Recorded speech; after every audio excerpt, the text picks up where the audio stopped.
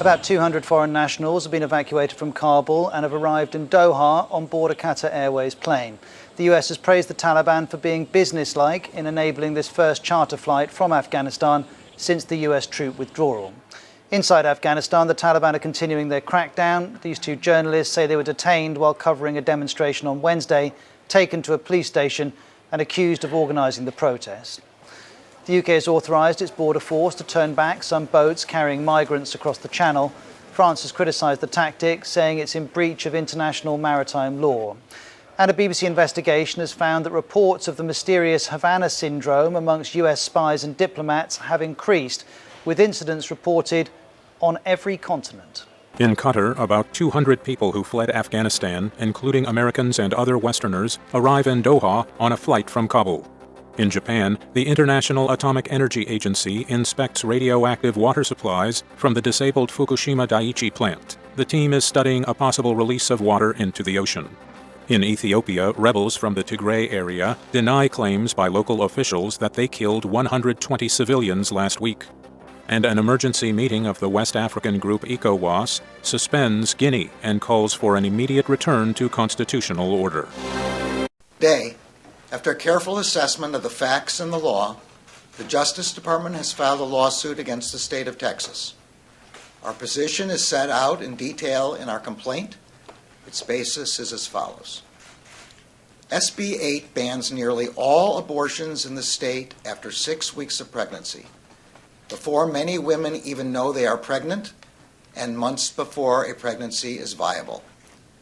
It does so even in cases of rape, sexual abuse, or incest. The act is clearly unconstitutional under long-standing Supreme Court precedent.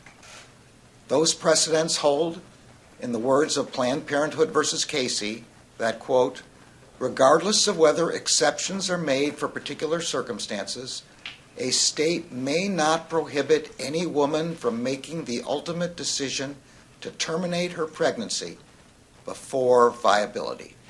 Texas does not dispute that its statute violates Supreme Court precedent. Instead, the statute includes an unprecedented scheme to, in the Chief Justice's words, quote, insulate the state from responsibility, close quote. The obvious and expressly acknowledged intention of this statutory scheme is to prevent women from exercising their constitutional rights by thwarting judicial review for as long as possible.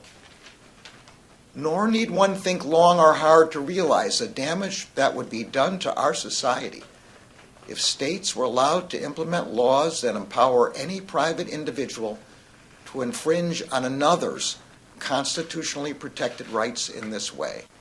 The 20th anniversary of 9/11, of course, just a couple of days away. And now, the ranking member of the House Homeland Security Committee says we risk making some of the same intelligence and information failures that preceded those attacks. And here to discuss is New York Congressman John Katko. Welcome, Congressman Katko. We appreciate your time today. So give us a sense of how vulnerable you think we are right now, and are we doing all we can to prevent another attack?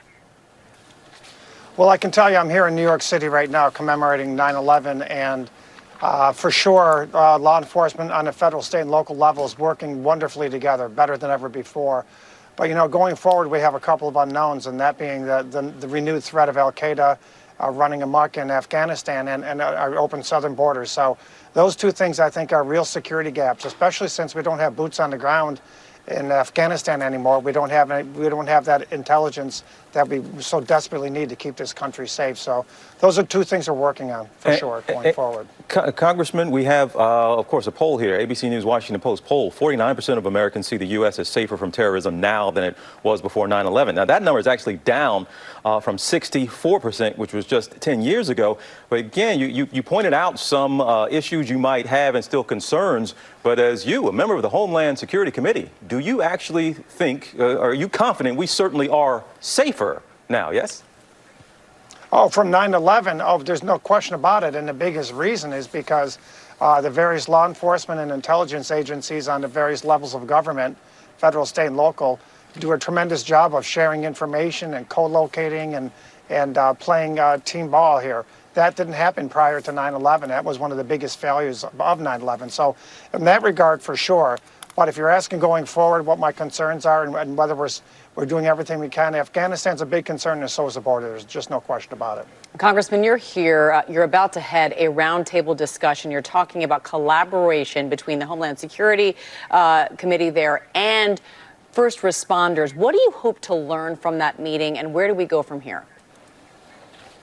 Well, I hope to learn that there's a lot of good news. And we spent the last days going to the fire department in New York headquarters and then the police headquarters, speaking to the commissioners and the brass at both places. And we visited firehouses and we've talked to the locals. And it's clear that there's a lot of good synergy going on. So I think we're going to hear a lot of good things. But I also think we're going to hear more of what we heard yesterday, and that is that there's a concern about the rise in chatter surrounding 9/11, which there always is, especially on the 20th anniversary. But also, what happened in Afghanistan, I think, by some of the bad guys is being cheered on, and some of those bad guys are in the United States. So it's incumbent upon us to work together, whether you're a Democrat or Republican, no matter who you are, on Homeland Security, and we work very well together to make sure we give law enforcement and intelligence agencies all the tools they need to keep our country safe. That's our job. You expressed concerns before that terrorists are possibly trying to use our southern border to get into the U.S. Have you seen something? Have you seen evidence, anything alarming, any hard evidence that, in fact, the border has been used by terrorists to come into this country at, I guess it's not uncommon, but at some alarming number, in your opinion? Yes, I have. And, we've been given secret briefings, if you will, and the hard evidence isn't public knowledge, but I'll just quote the outgoing Customs and Border Patrol chief, who said that the number of known and suspected terrorists that are being apprehended at the southern border is at unprecedented levels. And that's a very serious concern for me. And we're working with Homeland Security to get those numbers out, because the numbers themselves shouldn't be classified. The people that actually are caught, we can keep that classified, but there's no question there's an uptick in the number of people on terror watch lists or from hotbed areas of the world that we're very concerned about that have been apprehended at the border. Now, don't forget, those are just the ones we apprehended. There's an awful lot of people that got through the border now that are not being apprehended, and that's another concern. Congressman, you know more than anyone just how politically divided this country is. We had a global pandemic. One might think that would unite us, but a lot of people would point to the fact that it's further divided us. And yet after 9/11, after those terror attacks, we were one. We were truly united. Do you think we can get back to that place as a country? Is it possible? On Homeland Security, no one gives a darn whether you're Republican or Democrat. We all just care about keeping our country safe. We are very united in that regard on the committee, and I work very well with the chairman. I work very well with my Dem counterparts. We co-sponsor each other's bills. So in our little neck of the woods, for sure, we get along very well, and we do things for the good of the country. We need more of that across the spectrum in politics, and we need it now. New York Congressman John Katko, it is always a pleasure to have you on the program. Thank you for being with us. Sure thing. Thank you. God bless.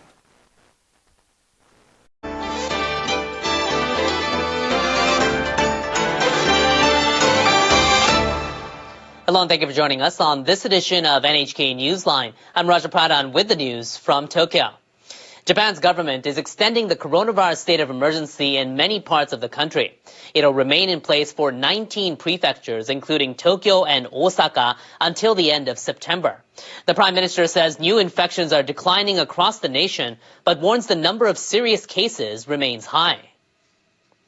病床使用率が 50% を Experts say we should consider various factors when deciding whether to lift the emergency declaration. These include hospital occupancy rate, the number of seriously ill patients, the number of new cases, the number of people isolating at home, and the extent to which the vaccines are improving the situation. So, we made our decision based on these points. Suga stressed the government would finish giving shots to everyone who wants them in October or November. He added the government plans to ease restrictions using a system that checks vaccination certificates or negative test results. The state of emergency is currently in place for 21 prefectures and was set to run through Sunday. Under the new plan, 2 prefectures will shift to less strict quasi-emergency measures. Those restrictions will be completely lifted in 6 others. The minister in charge of the coronavirus response says the medical system remains strained in most areas under the state of emergency. The health ministry says there are nearly 2,200 COVID-19 patients across Japan who are in serious condition. Officials say they're focused on bolstering the medical system and making sure new cases will keep declining. Japan's state of emergency is less rigid than lockdowns in other countries. The government calls on people to avoid crowds and work from home as much as possible. It urges bars and restaurants not to serve alcohol and to close early. Department stores and shopping malls are asked to limit customers, and major event venues have been told to restrict audiences. Now, authorities across Japan confirmed more than 10,000 coronavirus infections on Thursday. Suga has already announced he is not seeking re-election as leader of the main ruling Liberal Democratic Party. The move means he's effectively stepping down as prime minister. Suga emphasized the decision was so he could focus entirely on fighting the coronavirus. My duty as Prime Minister is to lay the groundwork for us to overcome the current crisis and return to our normal lives with a sense of security. I will continue to devote myself to the duties of the office until my very last day as Prime Minister. Suga also touted his achievements of the past year. He said he was proud of his work accelerating the vaccination rollout, strengthening the Japan-US alliance, and hosting the Tokyo Olympic and Paralympic Games. Suga was pressed by reporters on who he would back as his successor. He said he would decide on September 17th when official campaigning starts. The LDP leadership election will take place on the 29th. Now, Regulatory Reform Minister Kono Taro plans to announce his candidacy on Friday. He's currently in charge of Japan's vaccine rollout. Kono met Deputy Prime Minister Aso Taro on Thursday to inform him of his intention to run. Aso heads the party faction Kono belongs to. Kono has been elected to the lower house 8 times. He's also held a number of cabinet posts, including Foreign Minister and Defense Minister. Former Foreign Minister Kishida Fumio and former Internal Affairs Minister Takaichi Sanae have already announced they're running.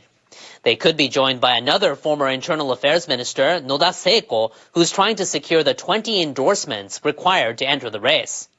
And former Defense Minister Ishiba Shigeru says he's also weighing a run. The International Atomic Energy Agency says it plans to send a team of experts to Japan. The team will examine the government's plan to release treated water into the ocean from the crippled nuclear plant in Fukushima. IAEA officials, including the head of the Department of Nuclear Safety and Security, Lidi Evrar, have been in Japan this week. They're discussing the water discharge plan with government ministries and agencies. Evrar said IAEA experts will review the plan with an emphasis on transparency and objectivity and in line with international standards. The Japanese government plans to dilute treated water containing radioactive tritium to levels below national standards and start releasing it in about 2 years. The IAEA aims to send experts to Japan around December. The team will conduct a study at the Fukushima Daiichi plant and interview government and utility officials. They'll examine the water the government plans to release into the ocean. They'll also examine the appropriateness of the water discharge plan and the possible impact on the environment. The team will then compile a report.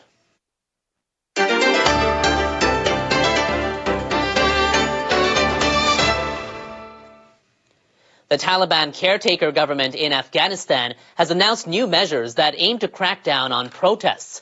The new regime has issued a notice saying it's introducing a permit system for demonstrations amid an increase in rallies by Afghan women demanding the right to education and work. The Interior Ministry says the protests pose a threat to security and are disrupting people's lives. To obtain a permit, the purpose and location of a demonstration will have to be reported to authorities at least 24 hours in advance. Violators will face strict legal action. The latest move comes as the Taliban announced they're reviving a ministry known for its harsh suppression of women's rights during the previous Taliban-ruled government from 1996 to 2001. In other news, a fire in an overcrowded prison outside Indonesia's capital, Jakarta, has killed at least 41